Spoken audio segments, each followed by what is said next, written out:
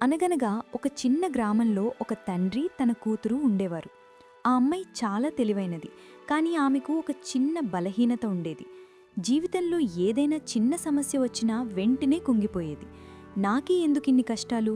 ఒక సమస్య తీరింది అనుకునే లోపే మరొకటెందుకొస్తుంది అని ఎప్పుడూ బాధపడుతూ ఉండేది.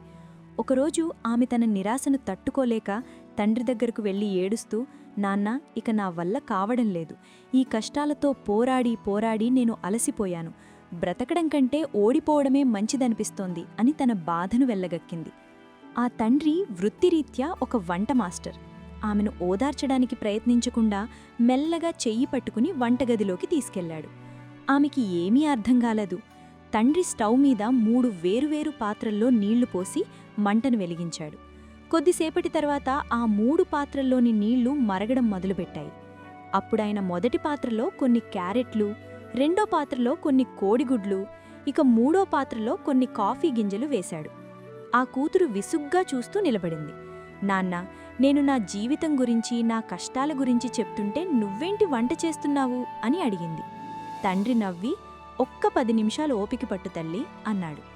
సుమారు 20 నిమిషాల పాటు ఆ నీళ్లు మరుగుతూనే ఉన్నాయి. ఆ తండ్రి స్టవ్ ఆపి ఒక్కొక్కటిగా బయటకు తీశాడు. క్యారెట్లను ఒక ప్లేట్లో పెట్టాడు. ఉడికిన కోడిగుడ్లను ఒక గిన్నెలో వేశాడు.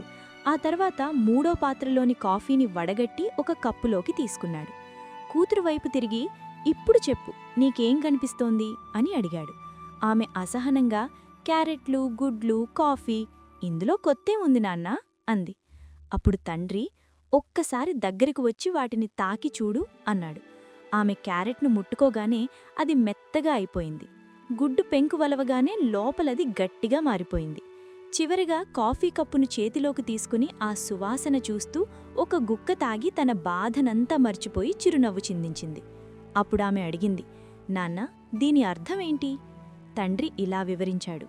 చూడు తల్లి, ఈ 3 వస్తువులు, క్యారెట్, గుడ్డు, కాఫీ గింజలు, ఒకే రకమైన పరిస్థితిని ఎదుర్కొన్నాయి.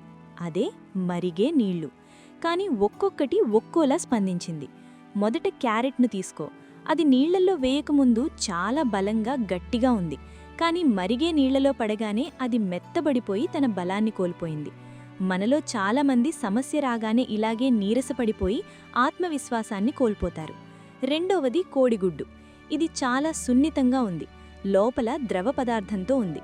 కాని అదే మరిగే నీళ్లలో పడగానే లోపల గట్టిగా మారిపోయింది. జీవితంలో కష్టాలు రాగానే కొందరు తమ మనసును రాయిలా మార్చుకుంటారు. ఇతరుల మీద కోపాన్ని, ద్వేషాన్ని పెంచుకుని కఠినంగా తయారవుతారు. కాని ఈ కాఫీ గింజలు చాలా ప్రత్యేకం. ఇవి మరిగే నీళ్లలోకి వెళ్ళినప్పుడు అవి బలహీనపడలేదు లేదా గట్టిగా మారిపోలేదు. అవి తన చుట్టూ ఉన్న పరిస్థితినే మార్చేశాయి. ఆ నీటికి ఒక అద్భుతమైన రంగును, రుచిని, సువాసనను ఇచ్చి ఒక కొత్త రూపాన్నిచ్చాయి. ఇప్పుడు నిన్ను నీవు ప్రశ్నించుకో, సమస్యలు ఎదురైనప్పుడు నీవు ఎలా ఉండాలనుకుంటున్నావు? కష్టం రాగానే కుంగిపోయే క్యారెట్లానా, మనసును కఠినం చేసుకునే గుడ్డులానా, లేక సమస్యనే ఒక అవకాశంగా మలుచుకుని నీ జీవితాన్ని ఒక సువాసన భరితమైన కాఫీలా మార్చుకునే కాఫీ గింజలానా? ఆ మాటలు విన్న కూతురికి తన తప్పు అర్థమైంది. సమస్యలు మనల్ని నాశనం చేయడానికి రావు, మనలోని శక్తినే బయటకు తీయడానికి వస్తాయి అని ఆమె గ్రహించింది. మిత్రులారా, మన జీవితంలో కూడా కష్టాలు అనేవి మరిగే నీళ్లలాంటివే. అవి అందరికీ వస్తాయి. కానీ మనం కాఫీ గింజలా మారి ఆ కష్టాన్నే మనకు అనుకూలంగా మార్చుకున్న రోజున విజయం మన పాదాల చెంత ఉంటుంది. గుర్తుంచుకోండి, పరిస్థితులు మిమ్మల్ని మార్చకూడదు, మీరే పరిస్థితులను మార్చే స్థాయికి ఎదగాలి. అదే అసలైన జీవనతత్వం.